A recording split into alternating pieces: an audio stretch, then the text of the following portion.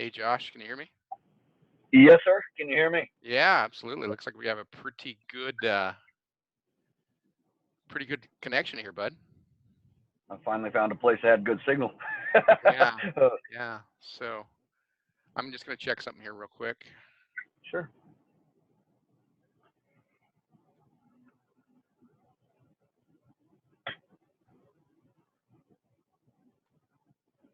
Okay, so it looks like it's there. Looks like it's there. We're gonna go like this, and I am going to. Yeah, it looks pretty good, doesn't it? Looks pretty good. Um, Man, that was easy. That was too easy. It was way easier than last time, wasn't it, bud? Oh man, we had quite a fiasco last time, didn't we? Oh man. May not. All right, look at that. Preview.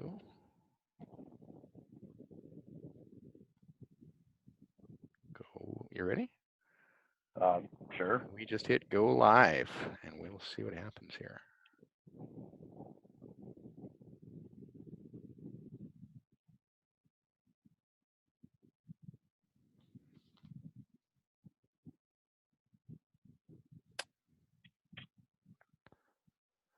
All righty, folks. We are currently live with Josh Hatch. I'm gonna wait just a second here and make sure that that it's showing up as live. So give me just a sec. Happening now. I don't see it yet, but we're not done. First time I've used this technology here, so. It popped on my end saying that it was live. It did. It did. I don't know if you'll still be able to see me while I check this, but Go ahead and check it real quick. I'm checking here. I don't see it.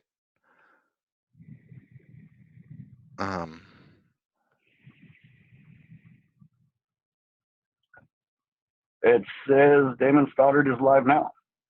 Well, excellent. Would you then let's do this thing. We'll see if it works. Josh, how's that? So Okay.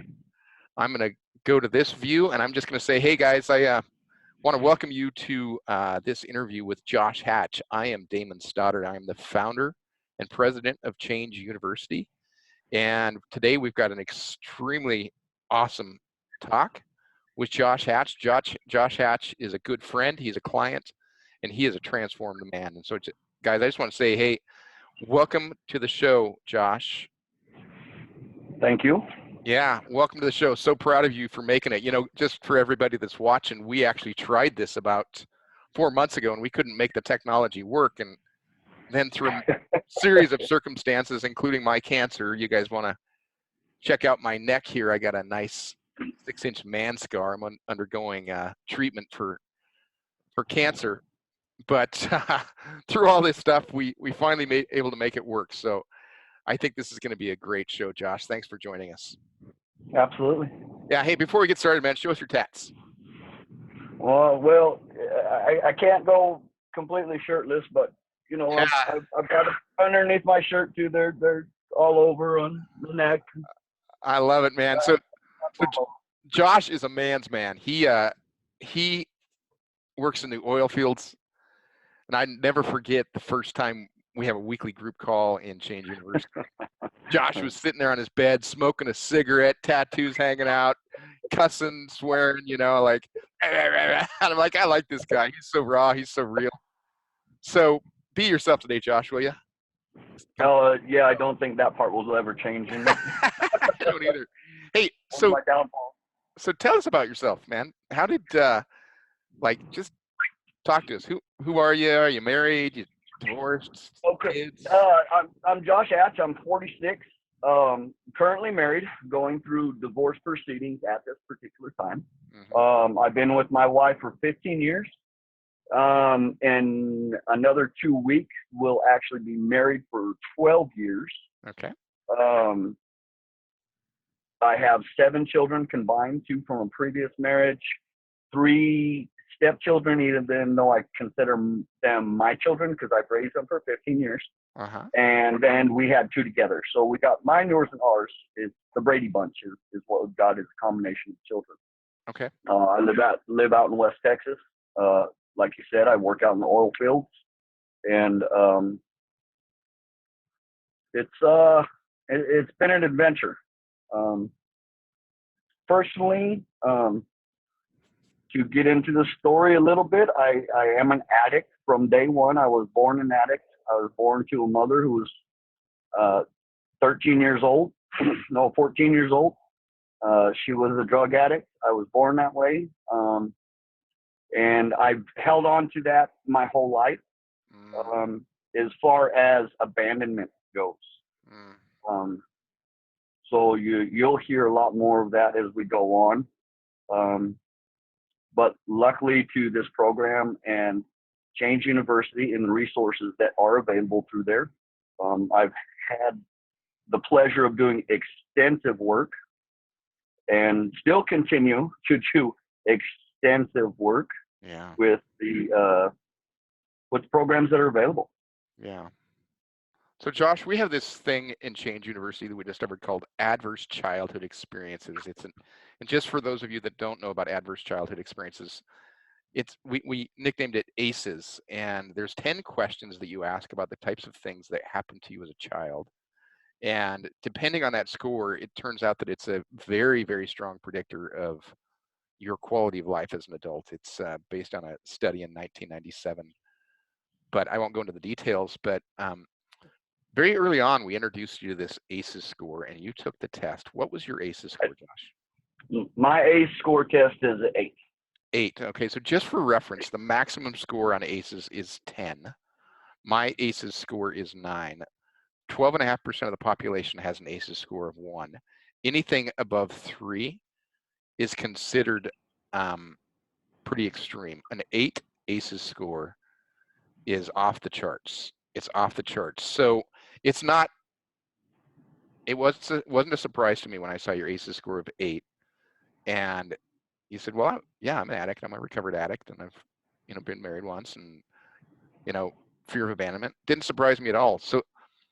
So what happened to you when you learned about ACEs? How did it make you feel? It actually opened my eyes. Yeah. It made a lot of sense. When I was able to look at the underlying conditions. Yeah. What has made me me, and why I react the way I do, because I don't act a certain way. I react to all actions. I see. And it literally has destroyed me. It did, didn't it? And yeah. And correct me if I'm wrong, but most people who have a high ACEs score carry a lot of toxic shame because they blame themselves, right? Yeah. And when you hear that there may be a cause for some of the things that you're going through, doesn't it sort of relieve you of some of that shame and think, wow, there's a reason for this? Well, it gave me hope. Give you hope. There you go. Yeah. I lost all hope pretty much in everything. I held on to it for a long time, and my being adopted, I didn't give my mother. It's okay, bud. Guys, I just want to share with you, this may be a bit of an emotional call. Josh is, even though he's a man's man, he's also raw and very real with his emotions, and that's what I love about you, buddy. I never gave my mom, my dad, my family, my first wife, my children, or my present wife the opportunity to love me the way that I should be loved, and therefore I didn't love them the way that they should be loved back. Yeah, because you weren't loved. Right. My heart tank was empty of love. Yeah. So as a result, like book talks about that, made a lot of sense in the Pain Drives Change. Yeah. Made a lot of sense. Well, So we're going a bit off script already, which is fantastic. I love it. But just as a sidebar, high ACEs equals empty heart tank. When you have an empty heart tank, you got to fill it. And when people share with me that they struggle with addiction, I say, okay, what's the source of your empty heart tank? And when we start talking about ACEs and the fact that as a child you didn't have it, all of a sudden it makes sense. And so Josh, what you have done that I love so much about you is you said, you know what, I'm done, right? You made a decision. So let's go back to that phone call. I think it was November, right? It was November, and Yeah, you gave me a call. it was. I think we got to kind of lead up to that point, David. Yeah, let's do it. Yep. Let's backtrack a little bit. Being the addict that I was, I worked for the Railroad Union Pacific for 18 years, and being lost, for lack of better terms, after my first marriage, I got heavy into drugs and alcohol, and I got caught. And so I went to rehab. So I went to save my job. And I got married a second time when I found my wife, and I had gotten back into, I got in a train accident, started doing pain meds real heavy. And then she said, I'm leaving you, me and the children, for our own protection unless you get help. So then I went to rehab to save my wife and children. I didn't want to lose my family. And then I got caught again at work, and then I went for work, and then my wife and children, and then work and wife and children. So when I got to the point of calling you, and my wife had already walked out, I said, I'm not doing this for anybody anymore. I'm doing this for me. Because doing it for everybody else, I had to perform the way they wanted me to, as opposed to like your group is called Change You University. It's Change University. So I wanted to change myself, not for anybody else, but for me to be okay with me. And that's why I made the call in November. Awesome. So we're on the call, and we start talking. And I said, hey, Josh, I can't promise you that you're going to get your wife back. But I can promise you that if you do the work in this program, that you're going to be a transformed man. Right? You remember that? And something that I said inspired you to say, I'm going to do this thing. What was it? What was it that triggered in you that said, hey, I'm going to do this thing? It was probably that you'll be transformed, that you'll be happy with yourself, that you'll be healed, that you couldn't guarantee me my marriage saved, but you guaranteed me that I would be okay and that I would find myself, and you also guaranteed that I could change the generational curses. There you go. That were going to follow if I did not change. Yeah. So let me just ask you that point blank. Do you believe that the changes you have made since you've started Change University will impact unborn generations? I know it will. Absolutely. And unquestionably, the changes that you made in 6 months will impact your grandchildren that you don't even know. I see it already happening in my family. That's so amazing. That is so amazing. So let's just go there for just a sec, just to kind of give some of the listeners some hope. A couple weeks ago, you said you see it in your family. What happened a couple weeks ago? You shared something with Facebook Live. Well, let's backtrack just a little bit more. Sorry. Okay. Before I made the call to you, because my wife is a great woman, I told her right before she decided to walk out was, we need to get God back in our life. And being in the oil field, I wasn't able to make it to church. But because of her leadership in our family, she started taking my two little boys. They're 8 and 11 now. And because of her example, I started going also when I had the availability. Okay. And then I changed my position at work so I was available to go to church. Because of her leadership, I have continued to go to church. My boys have still continued to go to church with me. Good. And they also accepted to have Christ in their heart. Wow. So I believe it was was it? It was the 8th of this month. I was able to baptize both of them. Way to go, man. Talk about the start of change. Amazing. Curses. Amazing. Yeah. You baptized them. I baptized them. I turned my life around enough to be able to baptize them. Yes, sir. Yeah, your heart was pure and you turned around and changed it. Way to go, man. How'd that feel? It was amazing. It still feels amazing. Yeah. To see their growth and to see them be able to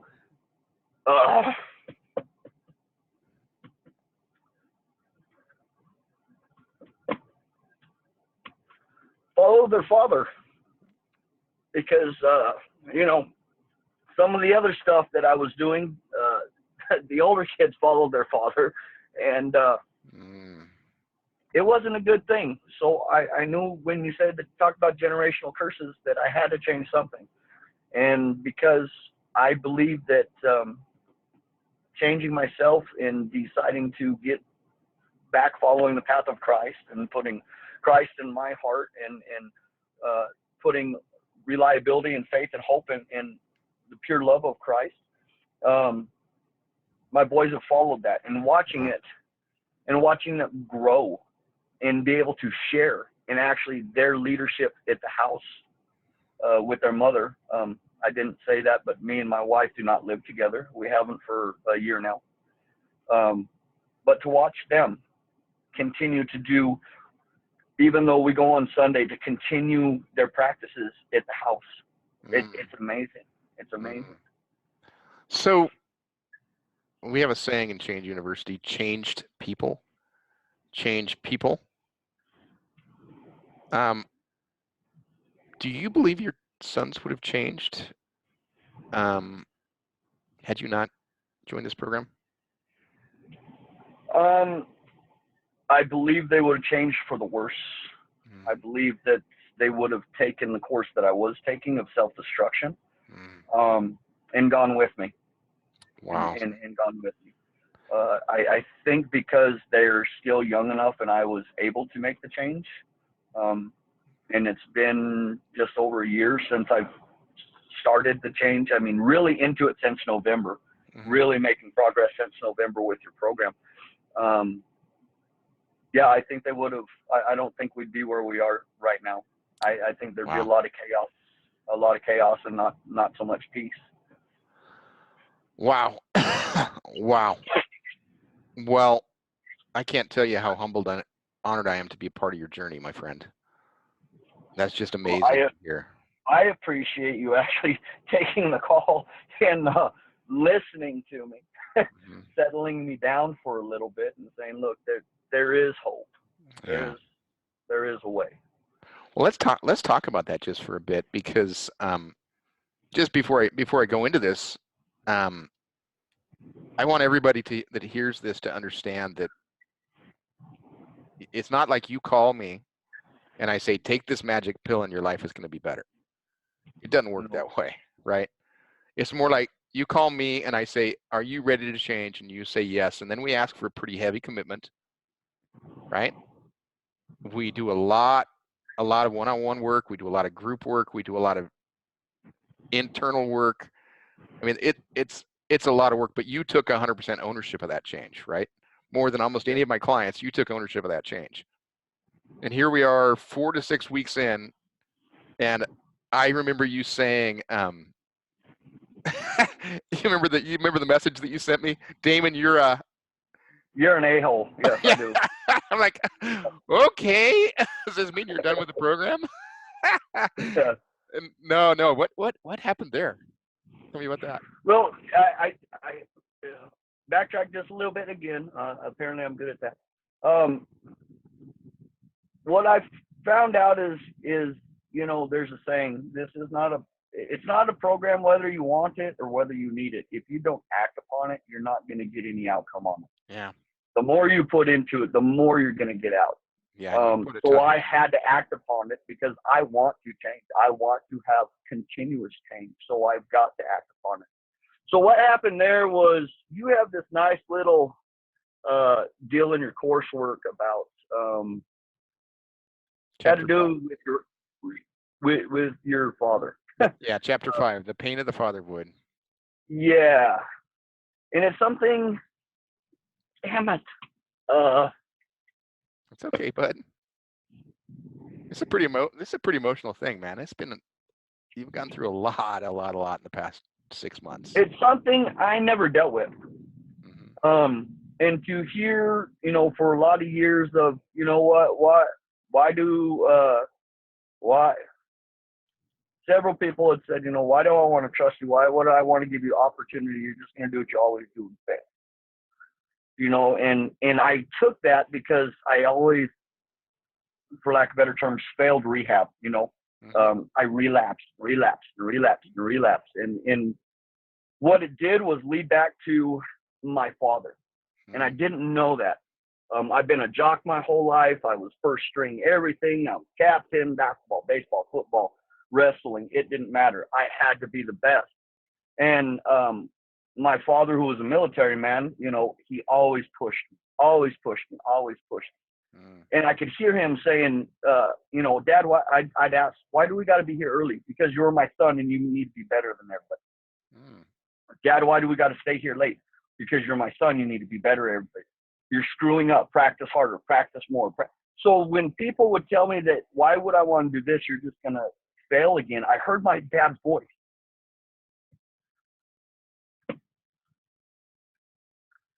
And I didn't know that.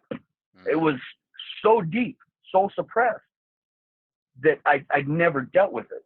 And then when you had me read that chapter and deal with those issues of my father, and my father, don't get me wrong, was always been in my life. He's never left. And the way that he pushed me was out of love. He wasn't rude about it. He wasn't mean, but the way that I perceived it and the way that I understood it was, you're not good enough.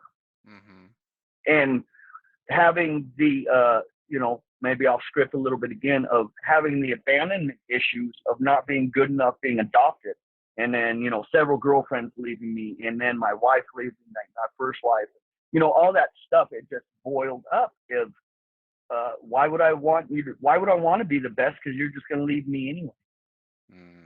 And I just would always hear my dad's voice in the back of my head.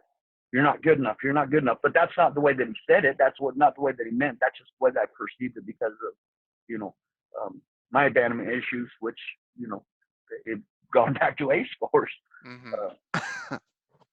And it was because of that letter that I was able to call my father, talk to him about it. Had a good talk, of course, a lot of tears. But it was necessary.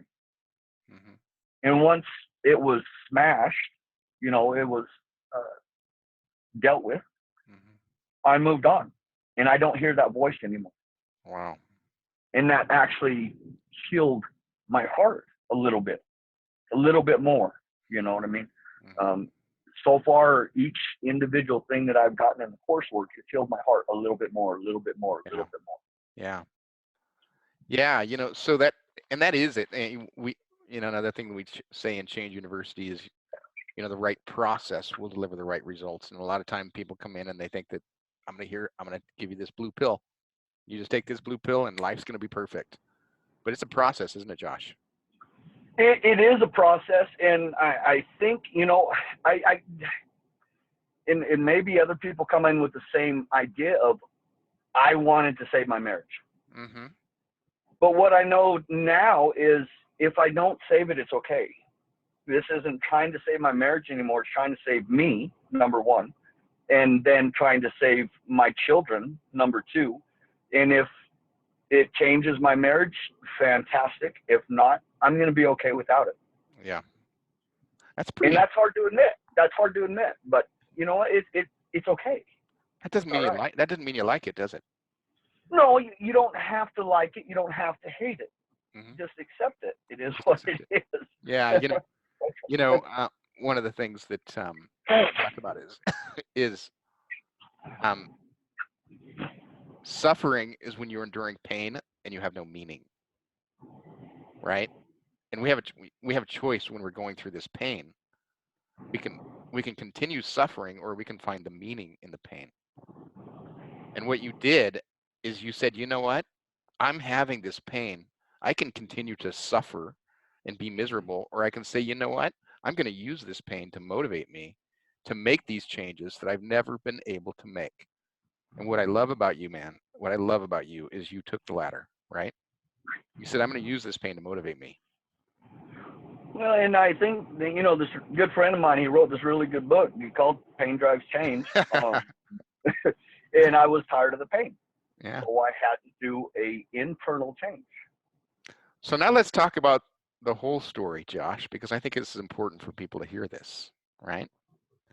So here you are humming along, life is great, and we get on a coaching call and I say, hey, Josh, how can I help you? And he said, the only thing I'm worried about is that it's not going to last.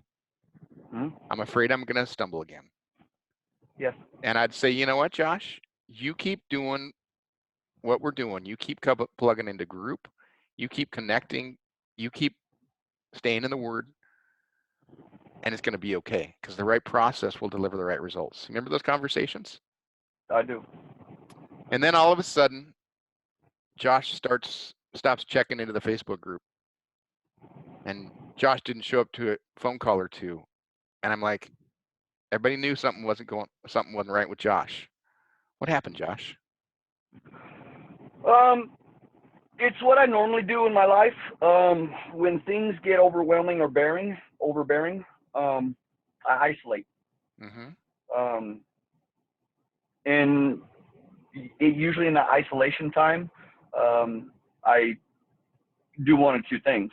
I go back to what I'm used to, Mm-hmm. of drowning the pain and hiding from the pain and not dealing with the pain, or I will say, no, you're going to pick yourself up, dust yourself off, and you're going to push through this, then you're going to get back on course.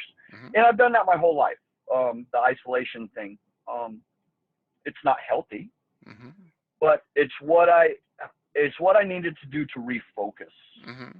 Mm-hmm. Because at that point in time, I was really concentrating on getting my wife back. Oh, your focus was getting her back. And what happened? I started losing myself. Yeah. I didn't go back to all the drugs and all the alcohol and all that stuff that suppressed the pain, but I did have some stumbles with my pornography. Mm-hmm. And that's an addiction also. I started my codependency, which is love addiction and love avoidance, which is another type of addiction I've come to learn. Yeah. That started all popping back up. Yeah. Yeah. And started coming back and started getting a grip of me. And here comes that voice again. You're just going to screw up again. And I went, no, this isn't going to happen. I'm not going to let anybody do this to me. I'm going to prove them all wrong. Mm-hmm. So I had to get back into 100% of doing the program and following the footsteps and doing the work and getting back to prayer and, the stuff that was working for me in the beginning. Mm-hmm. I was looking, I think, for more results a lot faster. Yep. Magic pill, right? But yeah, that magic pill, and it's God's time, and it's God's plan, and God's timing is perfect. I stopped trusting the process. Yeah. But here's a piece that I didn't hear you say, and I'm going to just call it out because I think it's super important. Even though you were isolating yourself, were you alone? No. What happened? I wasn't. What happened? I could really, well, number one, I had guys reaching out to me in the group. How'd they reach out to you? The probably most important thing we've got outside of the group call was the bat phone. Through Instant Messenger, bat phone. And, of course, being friends with some of the guys, are you okay? Are you all right? And that's a very important tool. Extremely important. Yeah. Yeah. You've got it in the Bible where there's where there's many counselors, there's much wisdom. Mm-hmm. And I found that to be true. And not only was I not alone because the men were holding me accountable,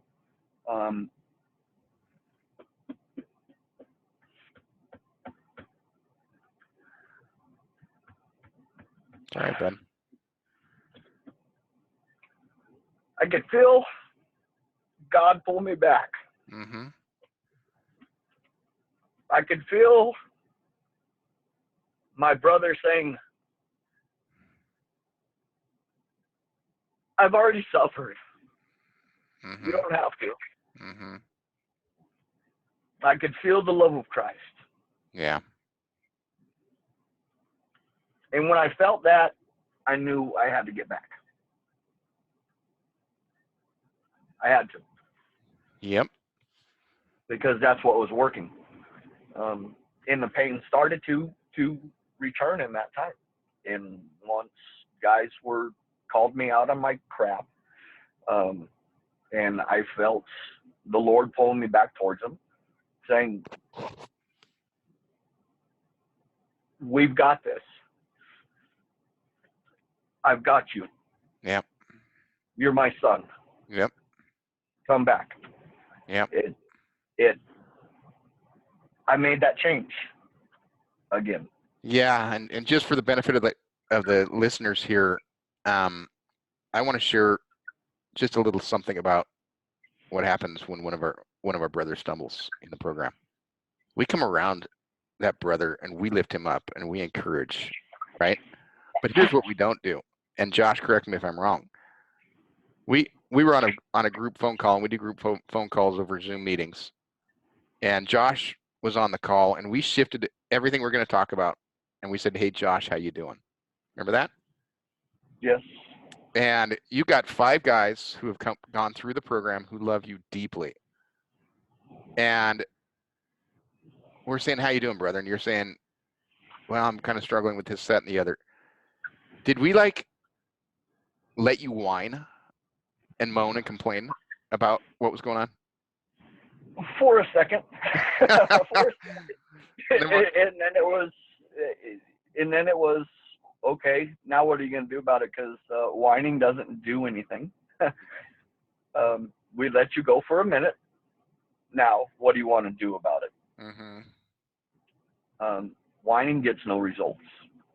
We don't care much for whining in the program, do we? No, in fact, I think it didn't even last about 5 minutes. And you're like, nope, that's it. You know, Ron jumped in there, and Jace jumped in there, and Bill jumped in there, and of course Damon jumped in there, and it was, all right, you're done. We're done hearing. Next. We ran out of cheese for your wine session. Next. Yeah. And I think it's very important to understand that this even happens in nature. Here's what I mean. If you take a sick animal in a herd, when a sick animal and predators come around, the herd surrounds the sick individual and sticks it in the middle of the herd. So that's what happened. You took the sick person, put it in the middle of the herd for protection. Mm-hmm. And there's an old saying, surround yourself with the herd. Mm-hmm. And when you leave and you get sick, the herd goes back and pulls you back in when the predators are starting to come around. And that's just the way that I see what happened. The herd took the sick person from the predators, which is, this, that, and the other, and the stumbles and blah, blah, blah, and surrounded me with love. And there was no criticism.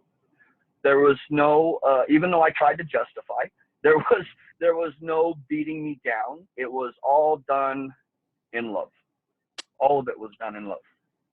But it started with your decision to join that call, didn't it? Yeah, it did.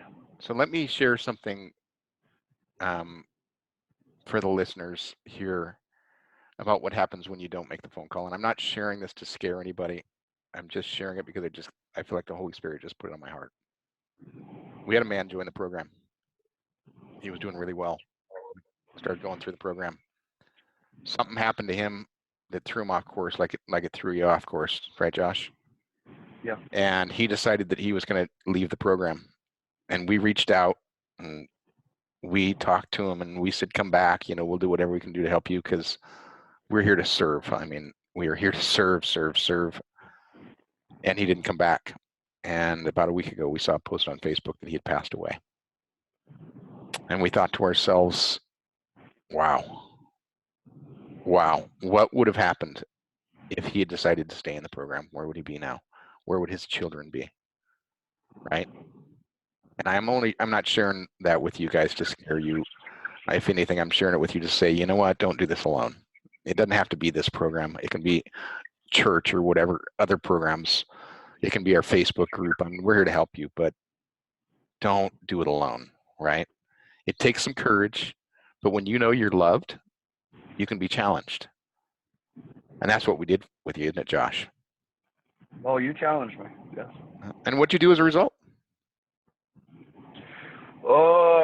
I turned it all back around. I got back into the groups. I got back into my prayers. I got back into my ULPs. I got back into Wait. ULPs. What the heck are ULPs? Unifying life principles. How I want to unify my life along the path of Christ. Excellent. To be more like my brother and to be more peaceful, to be more humble, to be a good leader of my family. And what do you do with these unifying life principles? Every morning, I look at myself in the mirror, straighten my eye, and read them out loud to myself. And to be honest with you, when I first did them, I couldn't feel nothing. I had too much shame, too much shame. And then the shame turned into guilt. And then the guilt allowed it to believe in it and to actually live it and to actually be okay. To be okay with who and what I was. We talk about this in my book, Unifying Life Principles, but basically the Bible says, do not be conformed to the ways of this world, but be transformed by the continuous renewing of your mind. And one of the habits that we have in Change University is create a list of unifying life principles and then state those every day until you start believing them. And you start believing them, don't you? You do. And, it took me about 90 days. And it's actually a scientific fact that it takes 90 days to establish a habit. And those 90 days, it's when the habit became reality, or I should say truth, as opposed to reality. Reality is something that I create. The truth are facts. You can't change it. And then after that 90 days, I started feeling good. I started believing them. I started changing my life more and more and more to unify my life with how Christ was living. Yeah. Or, and how how his example was. And I needed to change that for my children and generations to come. So, we've been talking for almost 40 minutes, man.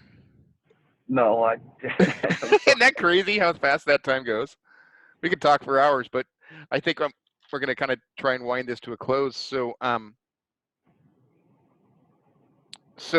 we've talked about this, but I'll just ask the question again. How has this program impacted you personally, your family, your unborn children? Personally, it found the man that God had created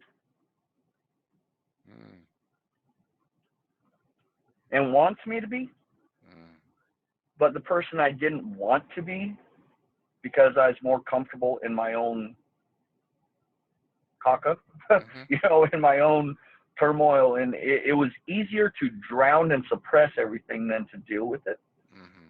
But after learning to love myself and seeing that faults happen, stumbles happen, it's okay. It's not that big of a deal. Christ has suffered for our sins already in Gethsemane and on the cross. God's forgiven me. Once I forgave myself, it's made me the man and creating the man that God wants me to be, the leader of my family. The man of integrity. The Bible says an upright man stands before God. And I can't stand before anybody on this earth if I can't stand upright. Way to go, man. Integrity is the distance between mess up and fess up. And I've got to fess up every single day. I'm a sinner, and I understand that. It's just Did I do less today than I did yesterday? And I see how it's affecting my family. My two sons are doing great. My wife and my other children are starting to see it, I think. My family is extremely proud. They've never seen me like this in 46 years. You know, I pushed them away my whole life because of my abandonment issues, and they're like, man, this is who we've always wanted. And I knew it was always there, but I just didn't want to. I didn't want to be it. It hurt too much to poke through. It's changed a lot of things. It's made made work better. It's made relationship with me and my Savior and my Father in heaven better. My relationships with my family better. Relationship, believe it or not, I mean, talking wise and stuff, I have conversations. Things are good as far as talking with my wife and stuff like that. Things are good with my children, all the way around. All the way around. It's made everything looking for peace in the storm. The storms are going to happen, but I can find peace and joy in it. And what is God trying to teach me? And I didn't look for that before I had the pity party. And it's amazing. It's amazing what's on the other side. That's awesome, man. I look forward to the more stuff that's going to come.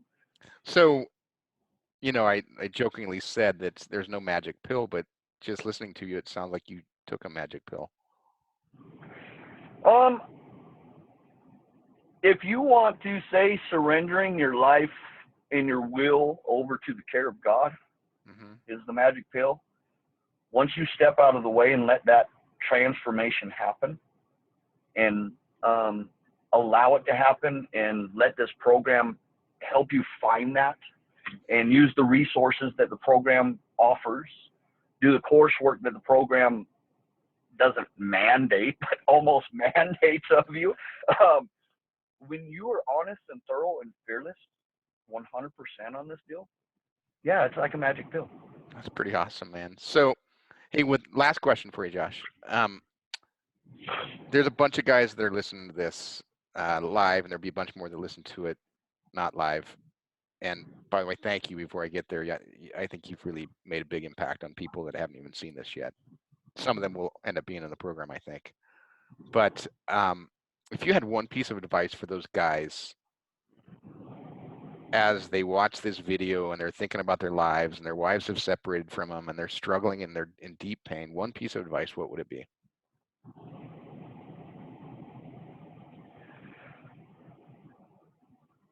The one piece of advice is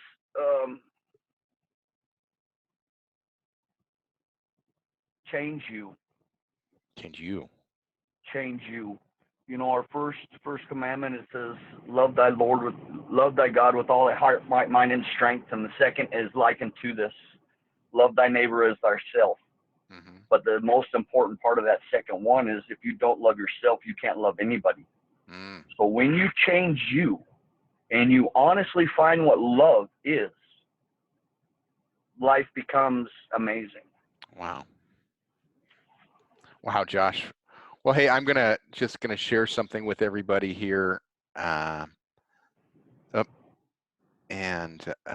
me just see where that is. Share. Yeah, I'm just gonna share this real quick here. It's still gonna be on the screen, I think. So, hey, thanks again, Josh. I hope that what we shared today really encouraged and inspired a lot of people to start fighting for their family. You, Josh, you epitomize a man who made the decision to fight for his family. And the fact that your children have been baptized, you're a changed man.